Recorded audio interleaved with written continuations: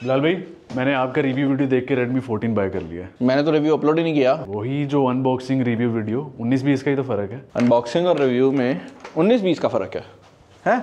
19-20 का फ़र्क है अनबॉक्सिंग रिव्यू में? 19-20 का फ़र्क है। दिस इज बिलाल फॉर से कह रहा हूं भाई, अगर आप वो बंदा है जिसने मेरी अनबॉक्सिंग वीडियो देखी और आपने Redmi Note 14 खरीद लिया तो आपकी सोच को सलाम है, क्योंकि मैं अपनी वीडियो में भी बोलता रहा कि भाई मैंने रिव्यू वीडियो बनानी है इस मोबाइल फोन की, लेकिन बहुत से ऐसे लोग हैं जिनको आज भी अनबॉक्सिंग और रिव्यू का फर्क पता नहीं है। मैं वीडियो स्टार्ट करने से पहले दोबारा बताना चाहूंगा भाई, अनबॉक्सिंग वीडियो हम बनाते हैं जब ब्रांड की तरफ से हमें मोबाइल फोन रिसीव होता है, और उस वीडियो के अंदर बेसिकली सिर्फ आपको यह बताया जाता है कि मोबाइल फोन कैसा आया है, क्योंकि पाकिस्तान के अंदर जो मोबाइल लॉन्च होते हैं वो अब बाकी मार्केट से अलग होते हैं। तो इस वीडियो का मकसद ये हरगिज नहीं होता कि इसकी बेस पे आप मोबाइल फोन खरीदें या छोड़ें। इस वीडियो का सिर्फ एक मकसद होता है कि आपको पता लग जाए कि Redmi Note 14 जो है वो पाकिस्तानी मार्केट के अंदर लॉन्च हो गया है, और उसके बाद रिव्यू वीडियो हम कुछ टाइम बाद बनाते हैं जिसके अंदर हम एक्चुअल में मोबाइल फोन को टेस्ट आउट करते हैं। और बहुत से मेरे ऐसे भाई हैं जिनको आज तक इन दो वीडियोस के दरमियान का फर्क ही नहीं पता लग सका। खैर, हैविंग सेड दैट, आज की इस वीडियो के अंदर हम रिव्यू करने वाले हैं Redmi Note 14 को। इस मोबाइल फोन की जो अनबॉक्सिंग वीडियो है वो 4 लाख व्यूज के करीब ऑलरेडी पहुंच चुकी है, जिसका मतलब यह है कि आप में से बहुत ज्यादा लोग इस मोबाइल फोन का वेट कर रहे थे, बहुत ज्यादा लोग इस मोबाइल फोन के लिए इंटरेस्टेड भी थे, और बहुत से ऐसे लोग मुझे नजर आए हैं जो कि शायद कुछ और एक्सपेक्ट कर रहे थे। बट इस वीडियो के अंदर मैं आपको यही क्लियर करने वाला हूं कि ये मोबाइल फोन जो कि 53,999 का पाकिस्तानी मार्केट के अंदर लॉन्च हुआ है, क्या ये खरीदने के काबिल है भी या नहीं, किस बंदे को इस मोबाइल फोन को खरीदना चाहिए, और कौन सा ऐसा बंदा है जो कि इसके करीब से भी ना गुजरे। मतलब ये मोबाइल अगर टेबल पे पड़ा हुआ है तो आपने इस कमरे के करीब से नहीं गुजरना। तो दोनों लोगों को मैं जो है वो पूरी एक्सप्लेनेशन दे दूंगा। मोबाइल फोन का जो आउटलुक है, अगर उसकी बात की जाए तो आपको एक अपग्रेडेड डिजाइन देखने को मिलता है। ऑल्दो इस डिजाइन के अंदर अगर आप बैक साइड की बात करते हैं तो इससे मेरा मेजर प्रॉब्लम यह है कि Redmi Note 13 जो कि इसका पुराना भाई था, जब उसको आप बाकी उसके बड़े भाइयों के साथ कंपेयर करते थे ना, यानी 13 Pro और 13 Pro Plus के साथ, तो मिलते जुलते मोबाइल फोन लगते थे। ये mobile phone Redmi Note 14 Pro से बिल्कुल भी मिलता हुआ नहीं लगता। लाइक ऐसे नहीं लगता कि ये Redmi Note 14 सीरीज का फोन है, और वो इस मोबाइल फोन के रिलेटेड मेरा सबसे बड़ा ग्राइप है। मैं ये नहीं कहता कि भाई डिजाइन बहुत ज्यादा इंपॉर्टेंट है, बट मैं ये जरूर कहता हूं कि जब डिजाइन के ऊपर एक्स्ट्रा पैसे नहीं लगने तो एक नई सीरीज को नया दिखना चाहिए। स्पेशली जब पूरी सीरीज का आपने नया डिजाइन दे दिया है तो इस मोबाइल फोन को भी दे देते। इसमें भी 3 कैमरे तो हैं ही, कोई मतलब हो जाता फर्क, लेकिन ये जो डिजाइन है काफी बेसिक डिजाइन रखा गया है। ऊपर वाली साइड पर आपको आपका स्पीकर ग्रिल देखने को मिल जाता है, हेडफोन जैक भी इस मोबाइल फोन के अंदर आता है। इसके अलावा IR ब्लास्टर भी मौजूद है, क्योंकि Redmi के जितने भी फोन हैं वो आज भी IR ब्लास्टर के साथ आते हैं। इसके थ्रू आप AC TV वगैरह कंट्रोल कर सकते हैं। जो लोग आदत लगा लेते हैं इस चीज की, उन लोगों को मैंने देखा है कि वो सिर्फ इस एक फीचर के लिए Redmi के फोन खरीद रहे होते हैं, क्योंकि ये फीचर कुछ लोगों के लिए बहुत ज्यादा इंपॉर्टेंट है। मैं उनमें से एक हूं। मेरे पास हमेशा कोई ना कोई एक फोन जरूर पड़ा होता है घर में जिसके अंदर IR ब्लास्टर हो, क्योंकि मेरे टीवी और AC के रिमोट हमेशा गुम जाते हैं। नीचे वाली साइड पर एक और स्पीकर ग्रिल मिल जाती है, टाइप C की पोर्ट है, आपको आपकी सिम स्लॉट मिल जाती है। भाई सिम स्लॉट की अगर आप बात करते हैं तो यहां पर आपको एक हाइब्रिड सिम स्लॉट देखने को मिल जाती है, यानी कि 2 सिम में लगा लो या एक मेमोरी कार्ड लगा लो। पर्सनली स्पीकिंग मेरे ख्याल से वैसे भी इस मोबाइल फोन के अंदर आपको मेमोरी कार्ड नहीं लगाना चाहिए, और अगर आप एक ऐसा बंदा है जिसको 128 GB कम लग रहा है तो आपको इसका 256 GB वेरिएंट खरीद लेना चाहिए, क्योंकि ये मोबाइल फोन UFS 2.2 स्टोरेज के साथ आता है। मैंने अपनी अनबॉक्सिंग वीडियो में ये मेंशन नहीं किया और लोग कह रहे थे बिलाल भाई शायद किसी वजह से छुपा रहे हैं। भाई ये टेस्ट होता है जो हमने रन करना होता है, और इसको रन करने के बाद हमें पता लगा है कि इसकी जो रीड स्पीड है सिक्वेंशियल वो तकरीबन 1045 है, और राइट जो है वो तकरीबन 900 के करीब है, which basically makes this UFS 2.2। और मैं क्यों कह रहा हूं कि मेमोरी कार्ड आपको नहीं यूज करना चाहिए, वो इसलिए है क्योंकि मेमोरी कार्ड जनरली इससे स्लो होते हैं। तो अगर आप थोड़े से पैसे बचाने के लिए मेमोरी कार्ड डालेंगे इस फोन के अंदर तो आपको बेसिकली जो स्पीड है पूरे मोबाइल फोन की वो स्लो होती नजर आएगी। अच्छा भाई, इस मोबाइल फोन की हम स्टोरेज की तरफ चले गए हैं, जबकि मैंने इसके एक्सटर्नल चीजों को डिस्कस ही नहीं किया। पहली बात तो यह है कि यहां पर भी आपको IP54 वाटर रेजिस्टेंस देखने को मिलती है, जो कि मेरे हिसाब से कम है। जब अपग्रेड आनी थी तो मैं एक्सपेक्ट कर रहा था कि इसके अंदर IP64 आ जाएगी, जिस तरह इसके Note 14 Pro के ऊपर आई है, लेकिन ये अभी भी आपको बेसिक स्प्लैश रेजिस्टेंस प्रोवाइड करता है। हमारी टेस्टिंग में ऑल्दो हमने इस मोबाइल फोन को पानी में भी डाला है, ये कहीं पे खराब नहीं हुआ, तो ये IP54 वाटर रेजिस्टेंस से ऊपर परफॉर्म करता है, बट जो एक्चुअल रेटिंग कंपनी क्लेम करती है वो IP54 है। एक और चीज जो कि यहां पर मैं ऐड करना चाहूंगा वो ये है कि इस मोबाइल फोन के अंदर एक मेजर अपग्रेड जरूर आई है, और वो है इसके फ्रंट साइड पर, जहां पर कॉर्निंग गोरिल्ला ग्लास 3 की जगह कॉर्निंग गोरिल्ला ग्लास 5 5 आ गया है। अब सुनने में तो ये इतना ज्यादा फर्क नहीं लगता, लेकिन आपको ये बात समझनी पड़ेगी कि गोरिल्ला ग्लास 3 से गोरिल्ला ग्लास 5 पे 2x बेहतर परफॉर्मेंस आई थी, यानी कि इसकी जो परफॉर्मेंस है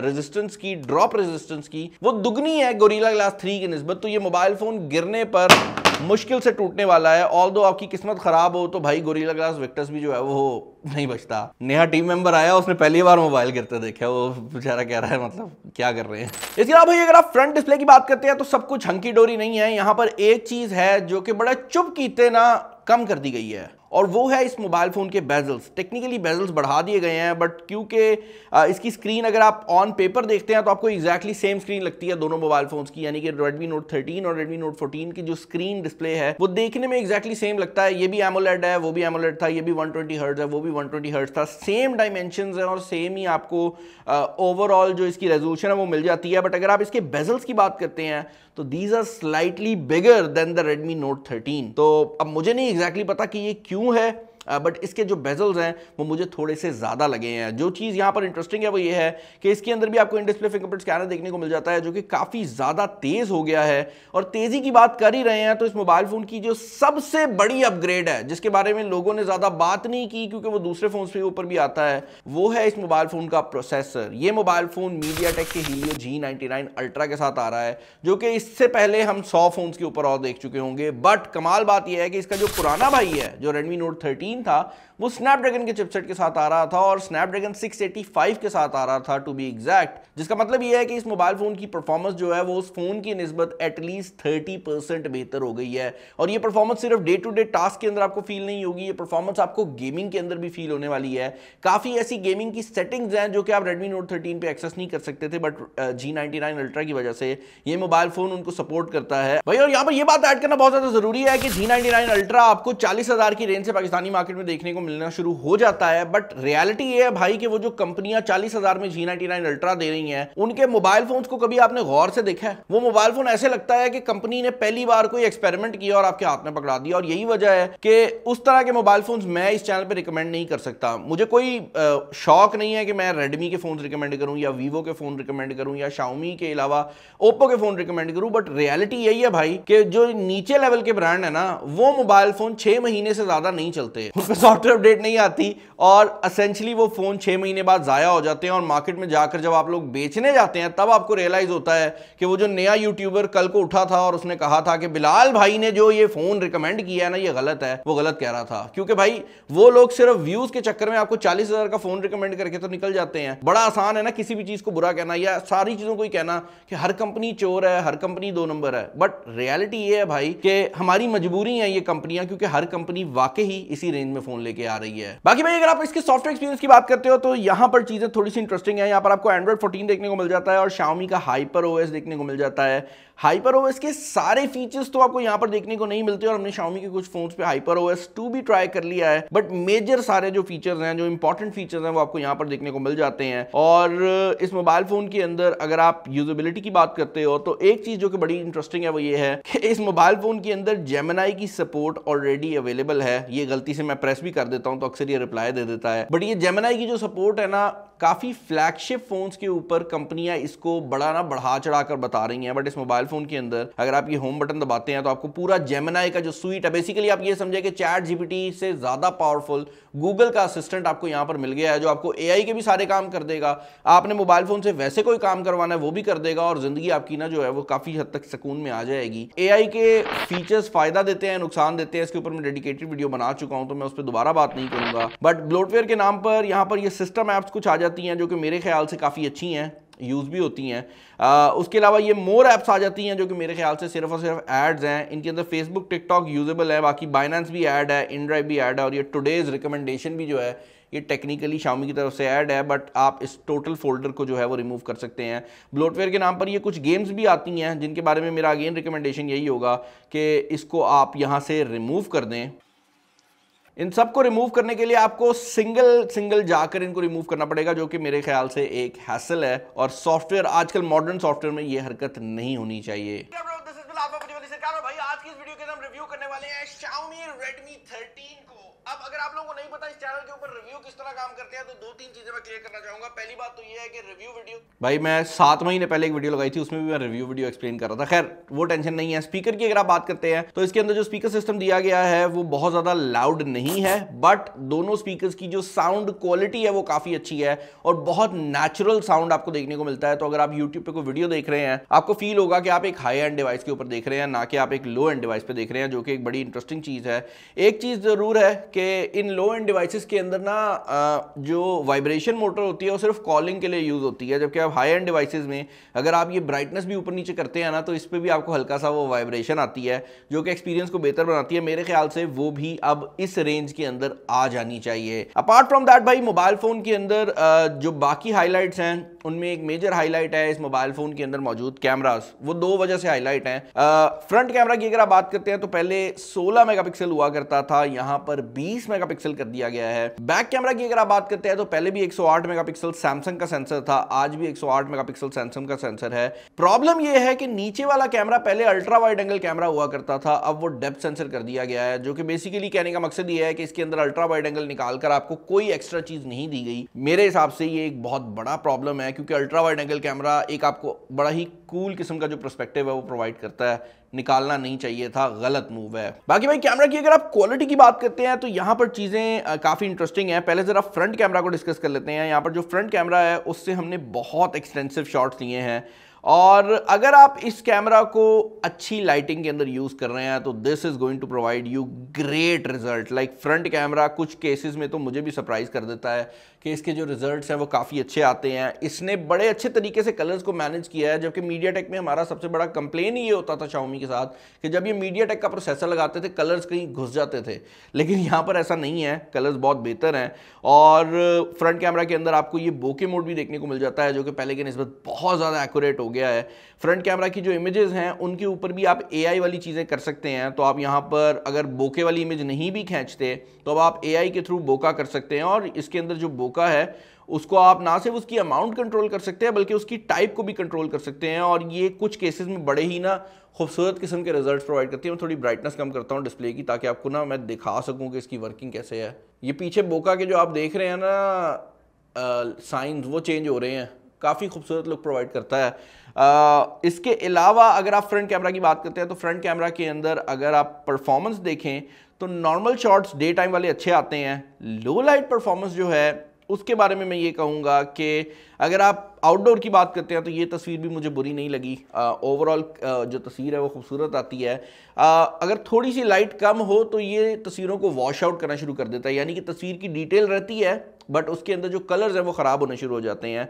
अगर बिल्कुल ही लाइट कम कर दे, जैसे कि यहाँ पर ये तस्वीर है, तो उन तस्वीरों के अंदर यूजुअली आपको ऐसे लगता है कि वो ऑयल पेंटिंग वाली जो फील है ना वो हल्की फुल्की आने लग जाती है, बट ये तभी है जब आप नाइट मोड का इस्तेमाल नहीं करते। नाइट मोड को यूज़ करने पर जो तस्वीर है वो बहुत बेहतर हो जाती है, जो क्लैरिटी है वो भी बढ़ जाती है, और नाइट मोड में ये फ्रंट कैमरा जो है वो काफ़ी डिसेंट तरीके से काम करता है। फ्रंट कैमरा की अगर आप वीडियो रिजल्ट की बात करते हैं तो इस टाइम ये वीडियो जो आप लोग देख रहे हैं ये इस मोबाइल फोन के फ्रंट कैमरा से रिकॉर्डेड है, और मैं जानबूझ के अपने पीछे ये लाइट लेकर आ रहा हूं ताकि आपको दिखा सकूं कि जब इसको क्रेजी किस्म की लाइटिंग मिलती है तो तस्वीरों में तो ये हैंडल कर लेता है, लेकिन वीडियोज में ये वाली चीज होने लग जाती है जहां पर चीजें थोड़ी मडल हो जाती हैं। और मैं आपको अपने ऑफिस का भी जो हिसाब किताब है वो याद के दिखाता हूँ, क्योंकि हम जब कमरे चेंज करते हैं तो उसके अंदर भी अक्सर जो ऑडियो है उसका डिफरेंस आता है। By the way this audio right now is also coming through this phone, तो ये वाली सिचुएशन है और इससे आपको अंदाजा हो जाएगा। By the way front camera सिर्फ 1080p 30 फ्रेम्स पर सेकंड में रिकॉर्ड करता है। बैक कैमरा में 1080p 60 फ्रेम्स पर सेकंड भी मौजूद है। बैक कैमराज नहीं भाई, बैक कैमरा की अगर आप बात करते हो आदत पड़ी हुई है ना, Redmi Note 13 में उन्होंने 2 कैमरे दिए थे, इसमें उन्होंने 1 दिया, तो वो आदत पड़ी हुई है। बैक कैमरा की अगर आप बात करते हैं तो बैक कैमरा 108 मेगापिक्सल का लगाया गया है। इन ऑल ऑनेस्टी मुझे शुरू में बड़ा गुस्सा आया हुआ था कि एक अल्ट्रा वाइड एंगल कैमरा जो है वो निकाल दिया गया है, बट ये बात ज़रूर है कि इसका जो बैक कैमरा है 108 मेगापिक्सल का वो Redmi Note 13 की निस्बत काफ़ी बेहतर परफॉर्मेंस प्रोवाइड करता है। इसके अंदर ओवरऑल जो क्लैरिटी है ऑफ द इमेज वो बहुत ज़्यादा है, और बैक कैमरा के अंदर जो चीज़ मैंने नोटिस की है और जो मुझे बड़ी हैरानकुन लगी है वो ये है कि आप डे टाइम की फोटोग्राफी उठाकर देख लें तो कभी कभार ये ज़रूर होता है कि आपको इमेज के अंदर जो कलर्स हैं उनकी कमी लगती है। लाइक आपको लगता है कि इमेज थोड़ी सी ना कलर के बगैर है। बट अगर आप लो लाइट परफॉर्मेंस की बात करते हैं तो वहाँ पर आपको जो क्वालिटी ऑफ इमेज मिलती है वो बहुत सॉलिड है। तो बैक कैमरा में मैं कह सकता हूँ कि वाकई ही Xiaomi ने कुछ नई इंप्रूवमेंट्स की हैं। इसके अलावा एक और चीज़ जो कि यहाँ पर मैं ऐड करना चाहूँगा वो ये है कि बैक कैमरा के अंदर कुछ AI के मोड्स भी आ जाते हैं, फ्रंट पे भी हैं बाय द वे। ये तो एक तो इरेज का मोड है जहाँ पर आप किसी भी ऑब्जेक्ट या किसी भी ह्यूमन को इरेज कर सकते हैं। नाउ ये वाला जो मोड है, अगर आपका कोई ह्यूमन बिल्कुल तस्वीर के अंदर साइड पे खड़ा हुआ है ना और बड़ा मतलब उसका ऑब्जेक्ट है तो उसको बड़े आराम से रिमूव कर देता है। बट अगर कोई कॉम्प्लिकेटेड तस्वीर हो जाती है, यानी कि हमारी एक तस्वीर थी, मैं यहाँ पर निकाल भी लेता हूँ, जहाँ पर बंदा पीछे बेंच पे बैठा हुआ था, जैसे फॉर एग्जांपल ये वाली तस्वीर है, अब ये पीछे भाई बैठे हुए हैं ये, तो इनको जब मैं रिमूव कर रहा हूँ तो भाई का बॉडी का एरिया तो ये रिमूव कर रहा है लेकिन टांगे छोड़ देता है। तो ये वाली चीज़ ज़रूर है कि AI इरेजर उतना अच्छा काम नहीं करता। इसके अंदर स्काई मोड के नाम से भी एक ऑप्शन दी गई है। ये हर तस्वीर पे काम नहीं करती, बट जिस तस्वीर पे काम करती है बहुत अच्छी तरीके से काम करती है। आप यहाँ पर ये एडिट मोड के अंदर जाते हैं और ये स्काई मोड के नाम से एक ऑप्शन है, इसके अंदर बहुत ज़्यादा ऑप्शन आपके पास आ जाती हैं और आप यहाँ पर AI का यूज़ भी कर सकते हैं, जो कि ऑटोमेटिकली सुबह सवेरे वाला जो क्लियर डे होता है ना उसकी आपको लुक प्रोवाइड कर देगा और ये बहुत अच्छे तरीके से काम करता है अगर ये तस्वीर पे काम करे, वरना कुछ तस्वीरों को ये कहता है मैं काम ही नहीं करूंगा। बाकी भाई अगर आप मोबाइल फोन के हैंड फील वगैरह की बात करते हैं तो ये पुराने वाले वर्जन से थोड़ा सा ज्यादा मोटा और थोड़ा सा ज्यादा भारी भी हुआ है, बट वो नोटिसेबल नहीं है। लाइक अगर आप हैंड पे यूज कर रहे हैं तब भी आप नहीं बता सकते कि कौन सा फोन कौन सा है।